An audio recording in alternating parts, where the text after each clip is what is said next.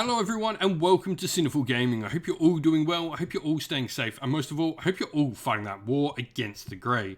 Today's video we're going to start collecting Warhammer Age of Sigmar, and today's video we're going to take a look at the Ossiarch Bonereapers and how we can combine a force of them with the Regiments of Renown. Now, there is one Regiment of Renown box set available for the Ossiarch Bonereapers to take and for the Deathground Alliance in general to take, and that is Warhammer Shamblers. So we're going to take a look at exactly what bonuses this particular box set will give us before looking at some Ossiarch Bonereapers units we can use to build alongside said box set. At the end of the video, we'll show you a little sample 1,000-point army that's putting everything into practice to hopefully give you an idea on how you can put these box sets and this army with this Regiment of Renown together. And so, starting off with Warhammer Shamblers. First of all, this box set contains a corpse cart kit and a box of Deadwalker zombies, 20 of them in fact. Now the corpse cart can be, if you want, built as either variation, though for the purposes of building Warhammer Shamblers, you will need to build it with the Balefire Brazier. Now, with this said, the Balefire Brazier is really fun. It's going to also, in this particular one, you're going to get the hero keyword put onto said corpse cart, so it's now a hero, though it doesn't become a leader. It just is a hero. And you're also going to get some other fun things as well. So you've got the repurposed wards, where the Deadwalker Zombies unit will get a ward save of 6+ spots within 12 inch of the corpse cart, and the corpse cart will also have a ward save of 5+ while it's within 12 inch of the Deadwalker Zombies. So as long as they're near each other, they're both going to get ward saves. They're pretty much bringing over the death general rules. Now the other cool thing is Vitating Vapors, where you subtract 1 from ward rolls for enemy units within 12 inch of the corpse cart in this Regiment of Renown, which is really cool. Being able to turn off your opponent's wards, or at least negate them, is massive. A Nurgle army suddenly is not quite as tough as soon as it's dropped from a 5 to a 6-up ward, and especially against other death armies, being able to stop their own 6-up wards against them is pretty cool. This is a really fun box set to use against other death forces. And so we start looking at, I guess, where we need to start with building this Ossiarch Bonereaper force after this. And to start with, I'm going to go with the Mortison Boneshaper. Now, for me, it's important that we're probably only going to get one hero in this box set, and in this force, so we probably want to make this at least a Galatian champion. So this is why I've gone for the Boneshaper over something like the Liege Cavalos. The Boneshaper, 4-up save, 5 wounds, and it's got the cool Boneshaper ability where it can heal 3 wounds worth of either just straight up wounds or models to a friendly unit of Ossiarch Bonereapers within 6 inch. It's also a wizard, so it gets access to some of the really cool spells, namely Empower Nadirite weapons in the Mortison lore.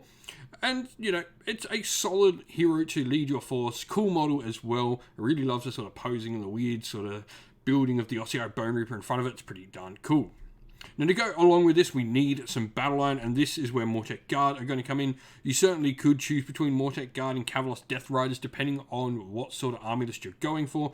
But I think with the fact you've got those zombies sort of centering around and providing a nice sort of debuff aura, I think working with some Mortek Guard is a great way to go. First of all, they've got Nadirite weapons, so any 6s to hit will cause 2 hits instead of 1. And you've got the cool command ability shield wall on them, where you can get rerolls for your save rolls, which is just awesome. Other than that, they are 1 wound each on a 4-up save, but there are some really cool ways you can keep them alive, namely the Boneshaper we've talked about before, and the Gothsar Harvester we'll talk about in a second.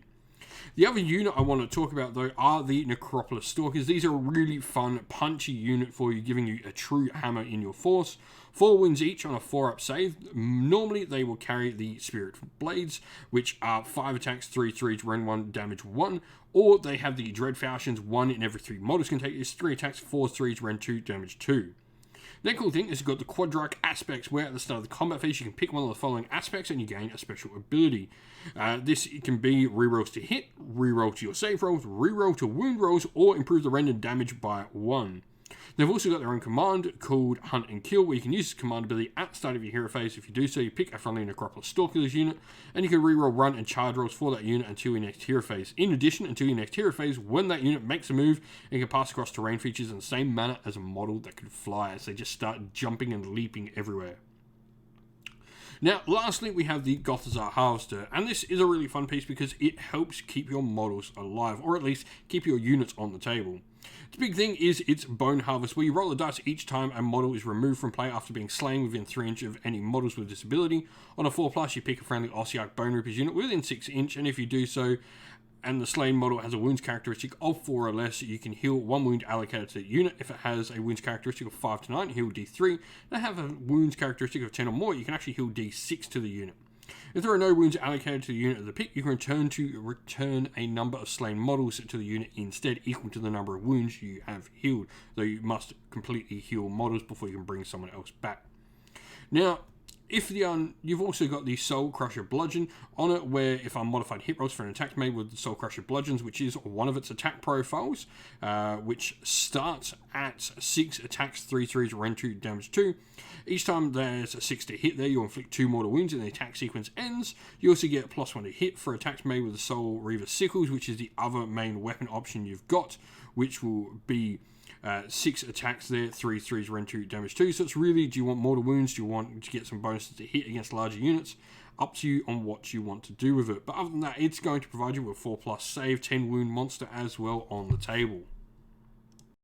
And so here we have our sample army list for the Ossiarch Bonereapers. Now, we've gone with the Legion Petrifex Elite. This is still one of the older battle times, so we do have a command trait and artifact of power dictated by this, though the book is probably on the horizon, and this might change up the list a little bit. I'll probably do an updated video when that does hit.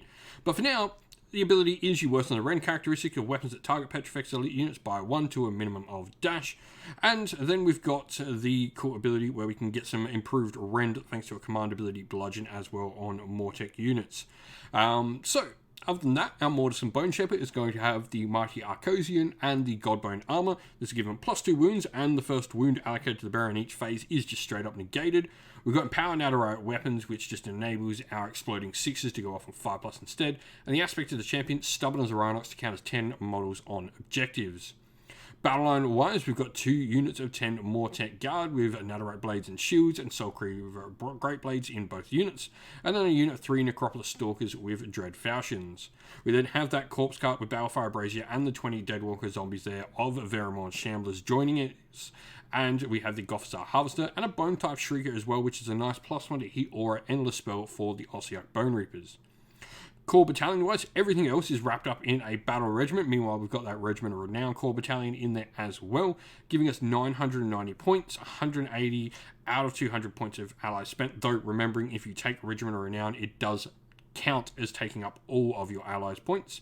73 wounds is pretty decent, 3 drops, and 10 points under, so we do have that triumph for Inspired. And our grand strategy would be defend what's ours. We're a pretty defensive style army, so it's probably best we go with one like that. If you've got some ideas on how to use Verimon Shamblers in your Ossiarch Bonereapers, let us know down in the comments below. And so that's the end of the video. We hope you all enjoyed it. If you did, please don't forget to leave a like and subscribe to the channel if you haven't already. If you'd like to come chat more with me and other members of our fantastic little community here, we have a Discord server which is linked down in the video's description. Also linked down in the video's description are the best ways to help support the channel. If you would like to, you can do so either by YouTube members or Patreon, or by grabbing yourself some merch at Teespring or at our Ko-fi store.